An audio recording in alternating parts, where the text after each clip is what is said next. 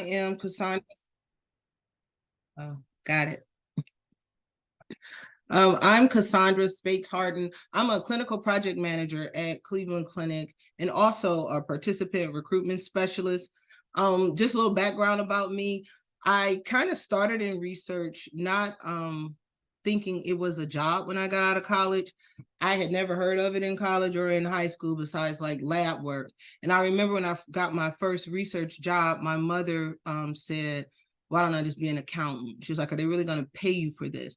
And I was like, well, they said they would, because to me, it was fun. It was easy. My first job was in research, was working on a study for HIV transmission in African-American females. So I had kind of a passion because I had a family friend that had HIV, and also being a Black female, that was also, of course, obvious that I was interested in the transmission of HIV. And then I had another position where I worked in colon cancer research, and it was a partnership between Case Western and, of course, UH. And on that study, I also had a personal interest. When I saw the job, it was just like the spirits were speaking to me. I had a family member that had colon cancer. So that made me want to just learn more about it, learn more about research, what it is. I'm the type that when I get a position, I'm just not interested in the research part of it, like the recruitment and enrollment. I need to know, like, what is this particular condition? Like, to me, it helps you be able to recruit for it. For that colon cancer study, when I started, they had 1,200 people in the study, and they only had 18 that was African-American, which is awful because if you know anything about colon cancer, African-Americans tend to get diagnosed and die at a later age. So to only have 18 people out of 1,200 people in a research study, it was just unbelievable to me. And actually one of the co-Is, she also could not believe it. So she is the one that said, well, we need to get more funding so we can hire 2 people to particularly recruit African-Americans in the study. And at the time, I was like I said, I had a family member that had it. I was really, really like, I need to know more about it. I need to know more about it. And so what happened is I actually was recruiting too fast, because I wanted every Black person that I talked to be involved in this study, because I did not want the same thing to happen to my family. And they were like, you need to slow down. She was like, we got to keep a job. So I'm like, okay, we'll slow down. But I thought at the time, being new to research, they wanted 300. If we went faster, maybe we could get 500 or 400 or, something different. But that's not how research works. So for that study, it was fine. We met the recruitment goal. I'll just say up front, most of my knowledge is not from a book. Probably I would say all of it is not from a book. It is from actually working a lot of years in research recruitment. I'm working with, minority populations. So what I talk about is pretty much what I learned from talking to people. And I talk a lot to people.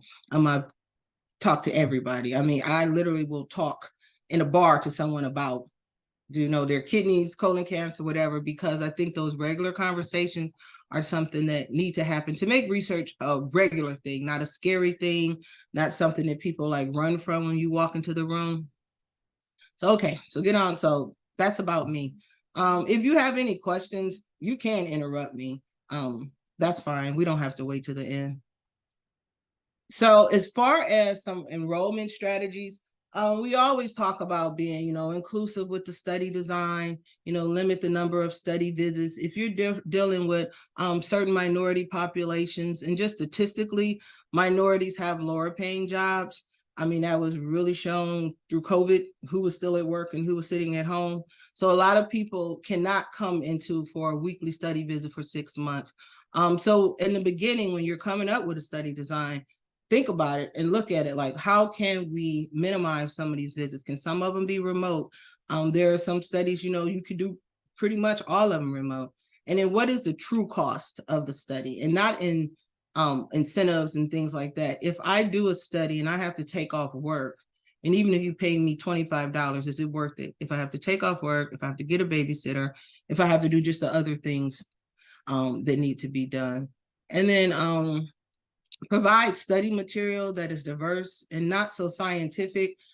I've been working in this field a long time, and the scientific stuff drives me crazy when you're asking regular people to do it. It's like they do not know what you're talking about. The pictures can turn people off. So if you can have brochures or flyers that show diverse groups. I think that's best if you actually want to recruit people. We did use that also in the that one colon cancer study I did. All of the flyers they had were awful. So it was no surprise that most of the people they got from the EMR. And even like the African Americans, they were not good flyers. The next point is to hire a diverse study team. And I actually went last week to a high school, and we talked about the students rather, they have a project, how to increase diversity in kidney disease research. And these are some super smart kids. And because they are kids, they think simply. They said, if the research shows, if you have a more diverse study team, why don't you just hire more diverse people for these studies? Seems like an easy thought, but it doesn't happen. It doesn't happen. I mean, honestly, it's not realistic that you can match, person for person and go around and say, okay, we got an Asian, we got a Black person, we're gonna hire 2 white people. That's not realistic. But I do think you can hire with intention. And you can intentionally ask questions that shows what the diversity level of people are. And just a disclaimer, a lot of my examples are not Cleveland Clinic, so don't go talking about Cleveland Clinic. Because like I said, I worked at different places, so some of my examples are from different places I worked at. So one of the projects we were hiring for, we were trying to diversify the team. So one of the questions were one of those tell me a time questions. So it was like, tell me a time when you work with different minorities and something. I forget the rest of it. But the lady's answer was, she couldn't think of her current job. So of course, another job. She said, well, I used to work in a lingerie store, and a lot of minorities came in there. She worked in the lingerie department of a department store. A lot of minorities came in there. And then she said, well, a lot of times like the Black guys will come in for Valentine's Day and birthdays and buy their girlfriend stuff. And I'm like, nope. If that's her best example of working with minorities, she is definitely not a person who's going to be more likely to go and approach a minority, any minority. It's not even just about Black people, any minority, to do a research study. And we were all sitting there, and I was just like, that's really the best example you have of working with minorities. And also, diversity is racial, of course, is life experiences, age. I do not want to discount the value in having racially diverse groups, but age and diversity in age is important. And also geographical diversity is good. One of the people on the call is a coworker, and she actually lives in a different county. And I have to say, when she kept pushing, let's go to Lorain and do stuff, I'm thinking, I live in Cuyahoga County. Sorry, I keep clicking that. Like, we're better. Why are we going to Lorain to do these things? But after going and really it's different. And people in Lorain don't claim Cleveland as like their city. And I'm like, this is really different. And probably some of the most fun recruitment events I have been to have been in Lorain. And the people are hungry for information. They they look at how can we get some of this Cleveland stuff in our community? Like, nobody wants to come here. We don't have research opportunities here. So even hiring people, because she pushes us, we go to Lorain a lot. And I don't live close to Lorain, but we go to Lorain a lot because there is value in having people in different geographic locations on the study team, because her passion pushes all of us that it does matter where people live at on the study team. And it does matter where you get your participants from.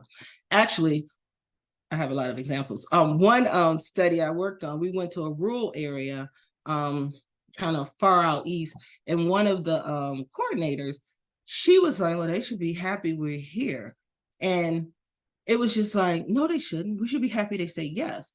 But she felt where she lived at was so superior to these people in this rural area. She actually offended it was a pediatrician office that we were recruiting out of. She offended the staff. They actually asked her not to come back.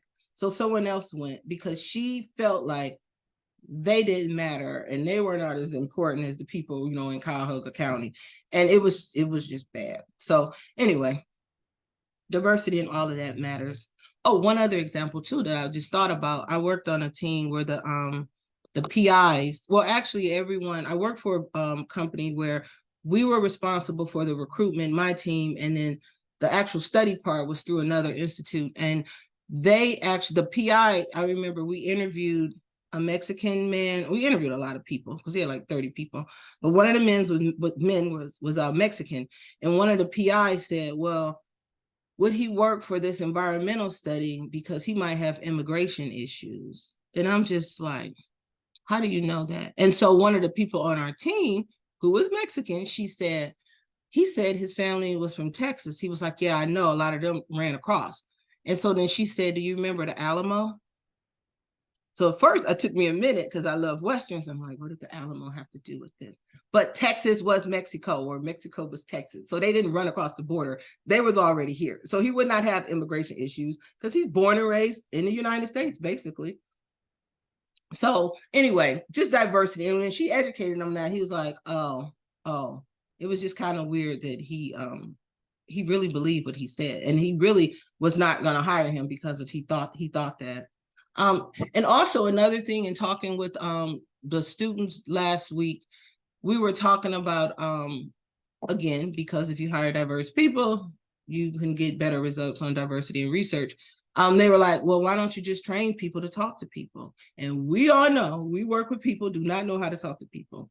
The research coordinating training programs are typically on the computer. Can you do this? Do you do your city training? You learn about regulatory, the Belmont report, Nuremberg Code, all of that stuff. Of course, you got to put in there Tuskegee. You learn that stuff, but you still don't learn how to talk to people. And our job is talking to people. So what I think, and when the students said it, we were like, why don't they just do role plays and teach you how to talk to people and focus on how to work with different people? Because I mean, everybody that has not grown up in a diverse environment, and everybody's not comfortable talking to everyone, which is okay. But as a Black woman working in most companies, I don't have the luxury of not being comfortable or saying I can pick and choose who I want. I only want to talk to Black people today. There's days I literally don't talk to Black people. So I think for other groups, you need to be able to talk to all people. You need to be able to work together, role play. Feel free to ask questions if you don't know something about a particular group. And I think that would be a great idea at training, that is kind of mandatory, that people actually are forced to communicate with people that don't look like them. I did work on another study, had a lot of research jobs, and actually we used to do like every 4 months we go do trainings in Chicago, and it was a national study, so people from all over. And that was one of the things, is that we did a lot of role plays. And at the time I'm like, I can talk to people, it's not that serious. But after role playing with people who did not talk to people, and some people from some smaller cities who did not have a lot of diversity, you did see the value in actually doing like role plays, and the value in having diversity on your study team. That was actually important. And actually it teaches you how to interact a little differently too. All right, any questions before I move on? Okay. All right, so one of the things, like I said, we did a lot of. Kassandra, there is Sylvia. Yeah, my question is, and I didn't get to introduce myself in the beginning because I was fixing up my computer. However, so I've been working with the clinic for like over 30 years, mostly in finance. However, I am newly into research, and I've only been in clinical research for 3 years. And you mentioned recruitment events. Can you tell me exactly what does a recruitment event look like? That's not something that I actually came from gynecology, oncology research, and I'm currently now in functional medicine, or I guess we are primary care institute now. Mm-hmm. So yeah, what does the recruitment events look like? So in a recruitment event, it could be something from going out in the community doing like health fairs. It could be just a resource table at some of the different, well, because I work at Cleveland Clinic locations, but I know UH does the same thing also. Metro, you have this resource table, so people come up, talk to you, ask you different things. I've done talks to different groups about, like, in particular, certain things about certain studies, but then sometimes it's just general research. It's just like general research questions. So anytime, just can get out in the community. I did one talk, it was with a group of pastors in the Fairfax neighborhood.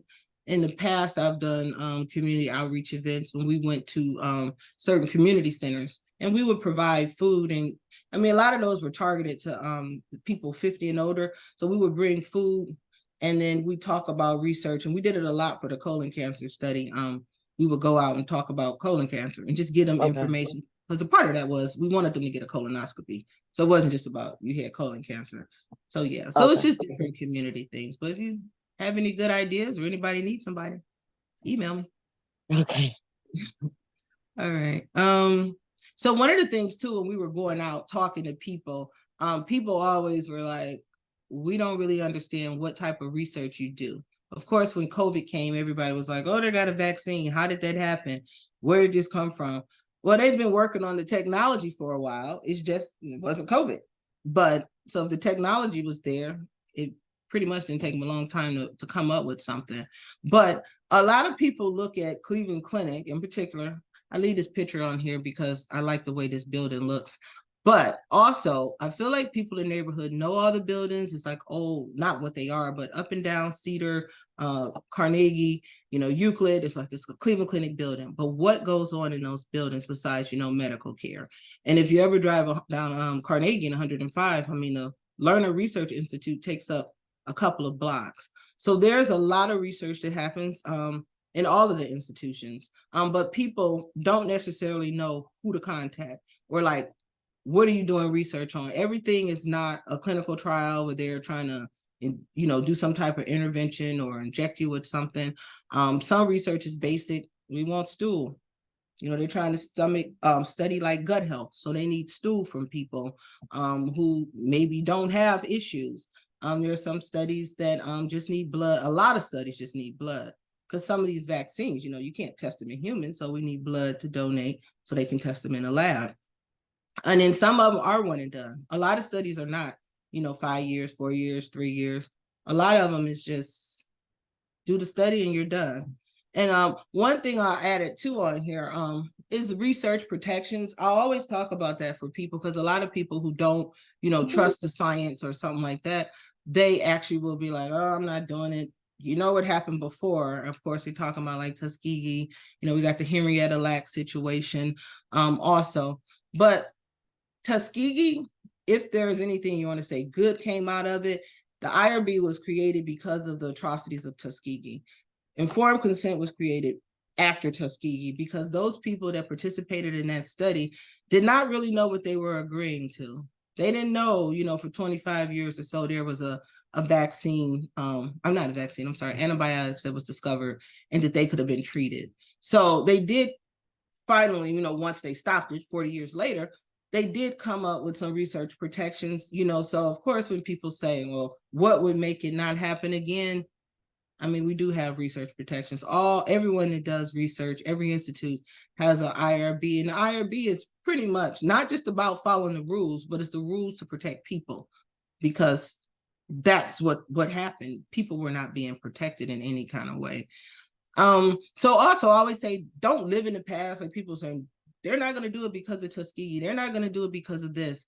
You don't know that. I always use my mother as an example of a person who grew up in rural Alabama who still would do research. So if anybody could say, I'm not doing it because of Tuskegee, I feel like she would be a prime case. She grew up in rural Alabama, but she even is not like, I'm not doing it because of Tuskegee. And people could probably say, oh, I'm not asking her.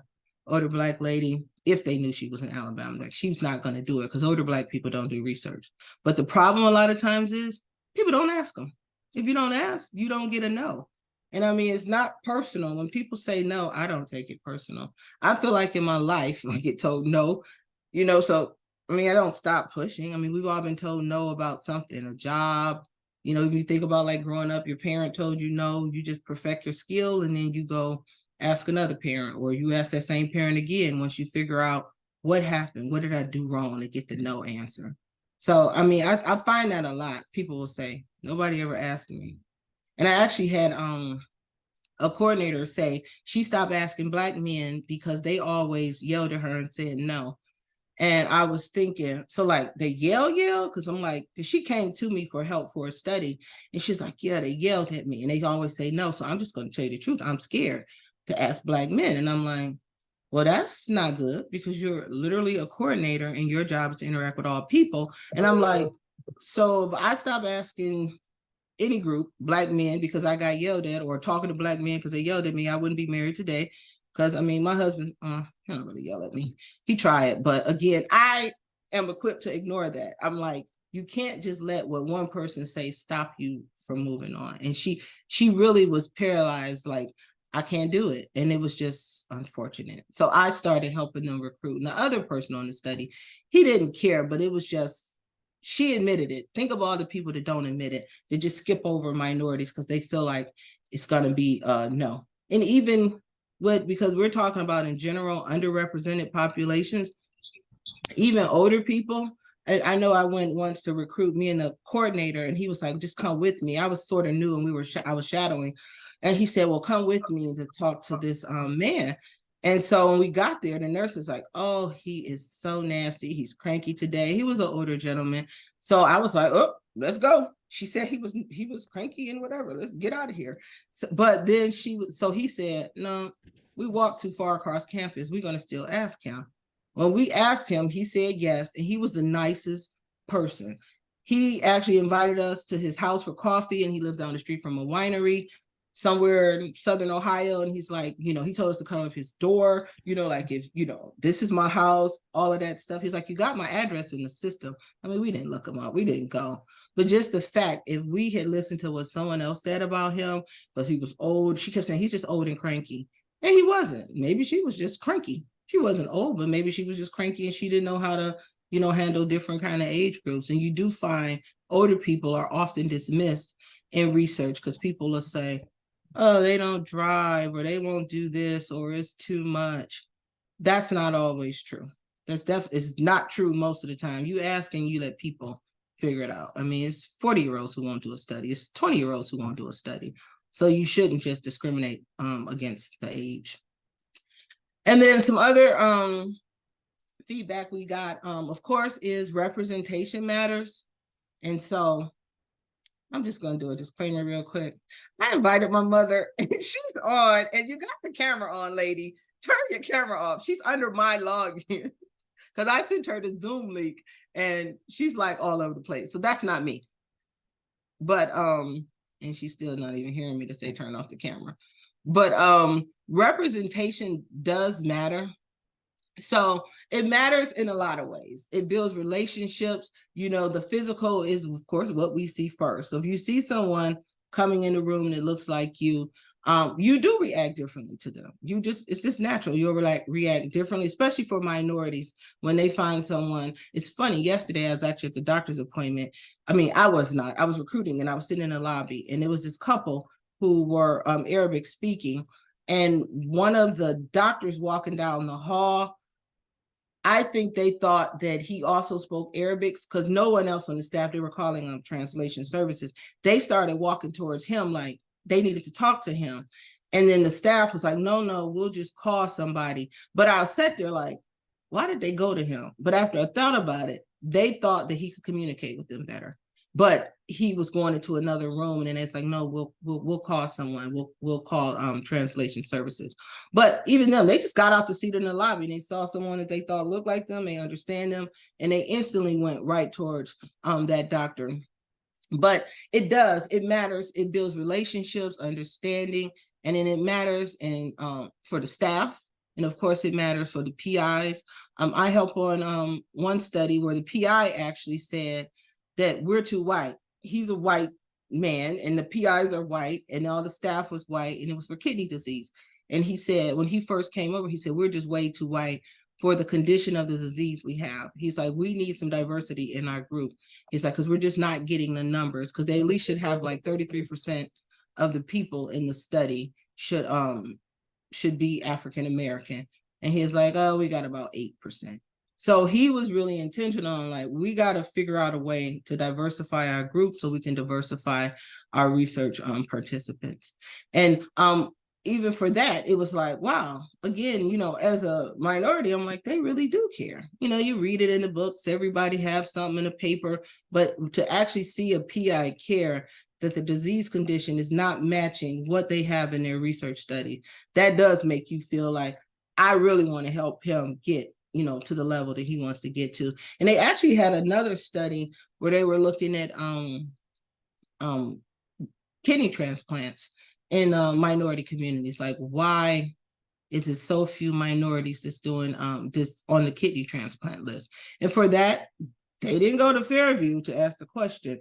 They knew they needed to go somewhere where minorities tend to be or at. And they actually went to like an East Side location that was 100% all the participants in the study. And it wasn't just, again, Black minorities. They wanted minorities in general, but this particular location, they were either Black or Hispanic. So everybody in there, and it's actually, out of the list they gave me, it was 5 people that were white on the list, and none of those people actually even was there. They had transferred out of that dialysis center. So all of the participants was actually minorities, 100%.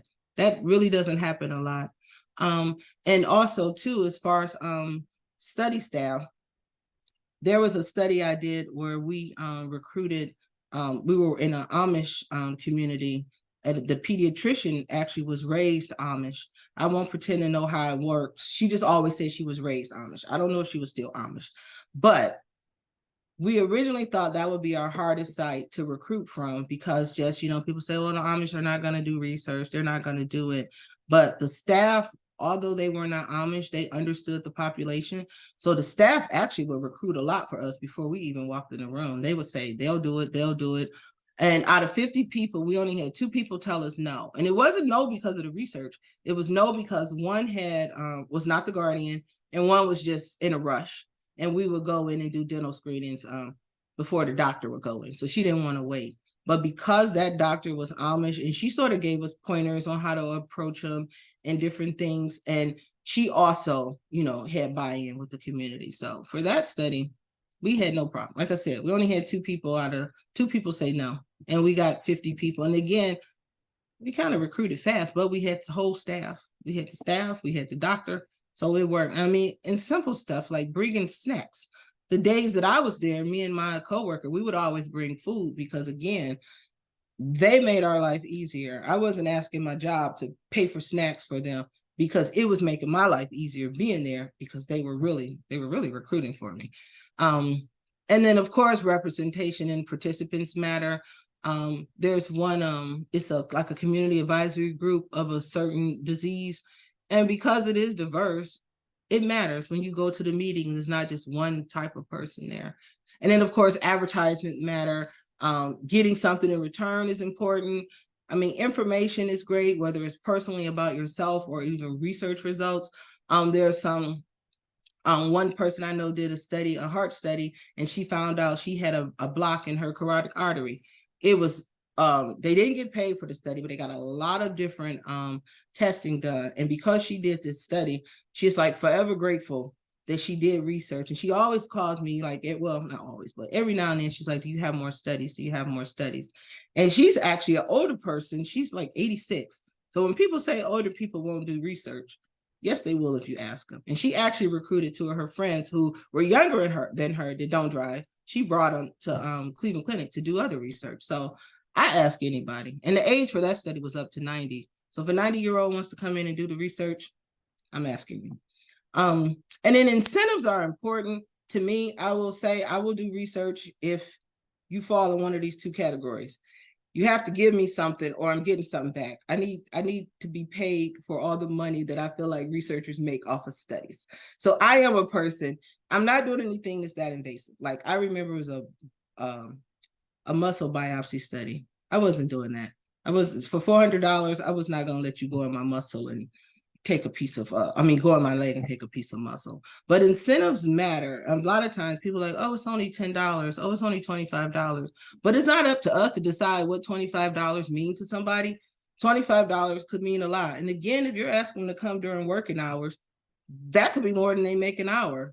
You need to incentivize them if you have that in your budget. And that's something up front to think about, just to include it in your budget automatically to give people some type of incentive.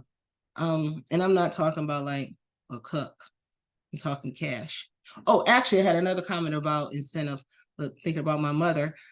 She did a study, and the coordinator said you get $25 for this study. Well, she never said it was a gift card, and it was a Target gift card. And I remember when we were doing study startup, I said, and it was the population was 60 to 90. I'm like, don't give 60 euros to 90-year-olds Target gift cards. There's literally research to show that is not the demographic to go to Target. They go to Walmart. So it was like, she didn't get a Walmart, she got Target. And then she didn't even get like a grocery store one. And I was like, just give them cash. But the point was, she never told them what it was when they came in. So they assumed, I say they, because she came with her friend. And the original plan was, it was like 4 or 5 of them. They were going to get their $25 and then go to Famous Dave's on the West Side and eat, because she loved Famous Dave's. And so, but they got a gift card for Target. You can't take your Target gift card to Famous Dave's. So they weren't able to go do what they planned to do. And it's like, be honest, be upfront. If it's a $25 gift card, say that. Don't just say you get $25, because it matters. And it mattered to her. And trust me, I had to hear about it, because I'm the one that kept telling her and her friends to do this study. It was just a blood draw. I'm like, do it, do it. No, it was a urine sample. But I probably still owe her Famous Dave's to this day. And other strategies, of course, and create inclusive recruitment plans, include your diverse team members at start. And even if they're not on your team, ask different people in your institution. They don't have to necessarily sit in your group. I mean, if you think something doesn't work or something may be different, ask other people, because none of us are to know all of all different communities. So you should ask other people. Like I said, I worked a lot of years in research, recruiting diverse populations, but I don't mean I know everything. And I definitely don't know about every diverse population. And I will say, I thought I knew Black people or men, but I did a study and we were so excited. We had a lot of money and we were getting backpacks and scullies because it was an environmental study. So we were going to get the skull cap. So we were going to go into public housing to recruit these people for this study. So it was a very diverse group, men, women, different races, all of that. Well, the 2 Black groups on the team said, we don't want backpacks. I'm like, no, yes, you do, because it's easy to carry and your hands are free. And so they're like, do you know what it looks like with a Black man walking with a backpack through the projects with a scully on and a, skull cap scully? I was like, oh. He was like, people are going to look at us as a threat, not as that we're here like you women with your backpacks, like you're here just to do some kind of research. And a lot of people did think we were like social workers or something. So literally they would not go out unless they were with a woman, one of the women on the group, and then they had to get briefcases. They were like, we are not carrying backpacks through the public housing complexes. And I never thought about it. I'm like, I was thinking more racially, like, well, you fit in. What are you talking about? They're like, no. We don't, because we have on skull caps and backpacks. That does not make us look like we're there for official business. And based on the community, somebody might have thought they was there to rob them or do some harm to them. So it is important that they spoke up and they said it, because I didn't see nothing wrong with it at first. But once they explained it, I'm like, oh crap, you are so right. All right. And then like I said before, include diverse, advertisement methods, because that's important also. And then just some more strategies. Have a non-technical speech. When you start talking about microbiome and, genetic mutations and all that kind of stuff, people say no at that. They're sometimes not saying no about the research, but you throw them off with talking about all that other stuff. So they just say no. So think of your study in a non-technical way. Even when it's advertised, a lot of times it's advertised with the way that the PI comes up with, and he has this very technical way of explaining his study. And ask them, can you give me a simple way to describe this study? Like one study we just call it overactive bladder. Whenever I have to go and read what the study is, I always forget because it's so technical. I can't really remember to find it. I'm like, it's the overactive bladder study in my brain. But to read all the literature on it, it's not that simple. And then just participate like in non-traditional events. We did a thinking about your question, Sylvia, a sorority event. It was a Black sorority had an event for MLK Day, and I spoke at that event with another coworker, and that was different because it was all Black women, and so I was trying to think of ways to just talk about things that would be important to them. One of the things too in that group is that the other lady, she knew who she was talking to, but she prepared slides. But her very first slides was a white family who had done research. And it's like, you can't have them as your first slide when you're talking to a bunch of Black women. And they did kind of turn on her quick. Later on, she had some slides with Black people, but it was like, you're talking to a group of Black women, have your information kind of tailor the group. But she was used to talking to the traditional scientific community, so she just sort of had her same slides, and then she added one slide with Black people. And then these are just some digital tools. Actually, I kept Epic in there because I know UH is converting to Epic. So when you do get Epic, you'll be able to use, and you may do it with your current system, but you can use like EMR for recruitment, and you can break it down by location. We do zip code sometimes because we look at who is most likely to come to Cleveland Clinic for some of these studies. So you go into EMR and you search demographics and you use like zip codes and location. And of course, the intranet of your institution, or, just clinical trials websites, social media. Some institutes do allow that, some don't. And then QR codes also, even though I lose QR codes once I scan it, I'll just admit it. And then just retaining participants, I'll be quick. But even though it's important, I don't want to be quick like it's not important. But I think if you avoid complex study designs, or the come back this time, do this in 2 months, do this, again, that does have a burden on minority and older people. They get confused. They don't want to keep coming back for these long timelines. I had someone say one day, well, we shouldn't have a study too long and have an older age population, because what if they die? I'm like, oh, 35-year-old can die too. Nobody's guaranteed that they're going to do the whole 5 years. But if you can avoid the long timeline, it's more about retaining the people that will do it. And like I said, that one lady was 86 and she was still coming here for research. So you just can't assume because they're older, one, they're going to die before they can finish the study time, or that they will lose interest. And then build a relationship, because a lot of people do research because of the coordinator. I mean, that's just the truth. If they don't have a bond with you, they're not going to do it for you or with you, or they don't want to even see you. If you think about it, if they don't like you and don't bond with you, they don't want to see you. Like every 6 months or 1 year, you become a burden. And if it's a burden, they're not going to do it. And then I always say have a memorable study gift. I know people say birthday cards. That's just nice. It's not a gift. But like if you have jackets, if you have good jackets or something that's going to last longer than the study, that's how I look at it. I have some study materials from old studies that you can kind of look at and be like, oh yeah, I remember this study. But if you have some kind of memorable study gift, that's good. And then establish clear expectations. Like I said, with that one study with my mom and her friends, they did not understand what they were getting. So they would be like, if it was a long-term study, I'm not coming back because you didn't explain what you're getting. And I do tell people for one of the studies I do, it's a 20-year study actually with children. Every July is when we try, or whatever their date is. It's like every July I'm gonna call you. Every August, we're gonna set up something. So really I call them a little before, but they already know to look for me at those certain time points for these long time studies. And then just prevent, if you can, participant burden.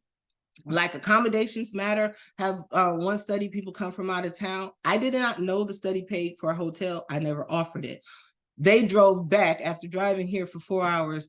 And they said, well, we'll get some food and then we'll drive back and we might, stop somewhere and sleep. I'm just like, okay, cool. And they came. But I didn't know. I didn't even ask anybody. And then I asked for the next year's visit and they were like, we should have paid for them a hotel. And I felt so bad. And then the mother was like, well, can we get 2 days at least so we can come early? And their visit is 6 hours. So it's not like they stayed here for an hour. They stayed here for 6 hours. And I felt bad because I didn't even think about it. And I always talk about like, how can you prevent the burden? But we paid accommodations. They got good rest and they were able to, drive home. And then just traveling and parking. I mean, we had one man for 4 months, he kept telling the coordinator no. And he would come to Cleveland Clinic. We would see him in the system at his doctor's appointment. And then it's like, he disappeared. It's like, where did he go? Well, he didn't have a ride to a research study visit. He had a ride to his doctor's appointment because who was bringing him needed to get to work themselves. So for that, when we finally realized that was a problem, we offered him transportation. And this particular study used like a car service and they get really nice cars. So, I mean, he came, he did it, but it was just unfortunate that all that time, no one asked him if he had a way. They're like, well, he get to the doctor, but that's different. It's not the same as research. And then even with parking pass doesn't count if you don't have a car. You don't have a car, what does a parking pass really mean? Are you going to give me a bus ticket? If you're not, or even again, are you able to offer travel? So just to close out, because I talked a long time, some key takeaways is ask people first. Let people tell you no. And if you're afraid of people telling you no about a research study, then you probably do not have the right job. Just honestly, it's not really selling, but it is a little like sales. You're basically selling a study and giving people free will. And it's not up to us to take that away from them, because some of these studies can be something that could, experimental drugs, experimental treatment. It could be something that impact their life greatly. So it's not up to us as coordinators or people in the research field to say what group is not going to do it and then go back and say, well, they don't want to do it as a group. It's because you didn't ask them as a group. And then just have a thorough recruitment plan, like define your community and get them involved. I always say we have the greatest community as fellow coordinators and co-workers. It's not just people outside. You got we got 60,000 something people that work for Cleveland Clinic. A lot of those people can be research participants. A lot of people at UH can be research participants. They all live and work somewhere. So though they may work at Cleveland Clinic, they could live, any neighborhood. They can be part of different groups. So ask people. Don't just think everybody's got to be outside of the walls of like UH or Metro or something like that. So, and then this is just the last slide, and then I'm shutting up if you have questions. And just, we may require additional efforts, but that does not mean don't include us. Acknowledge the past, representation matters, be flexible. I had one coordinator that was like, I work at 9 and I stopped seeing patients by 3:30. Well, that's not being flexible if you want to finish a study. That's not being flexible. And she absolutely will not budge on it. And I know I personally sent her 5 people and only one person did the study. And I was kind of mad at her because she said they all wanted to come after work, which was like 3:45. That's not late. And so she kept trying to get them to come before work, but I don't know their business. They didn't come before work. So, just be flexible. Don't blame it on they don't want to do it. Give people options and talk to them. And then diversify your methods. I mean, honestly, 80% of clinical trials fail. So it's not just about minorities is not doing it. It's something not right in the system that everybody's doing the same thing and then saying, oh, well, this one didn't recruit well. So you need to diversify the method. And a lot of it does start up front. Look at how you're designing your trials and then figure it out so that you can get people who will, do the study, finish the study, and you can get good research results. And then just, include a community component, because a lot of people don't even understand what you're talking about, the terms, they don't understand research. And then, of course, do outreach, because you put a human face to the study when you're actually out in the community as opposed to just passing out papers or, posting flyers around buildings. And that's it. Any questions? Thank you. Okay.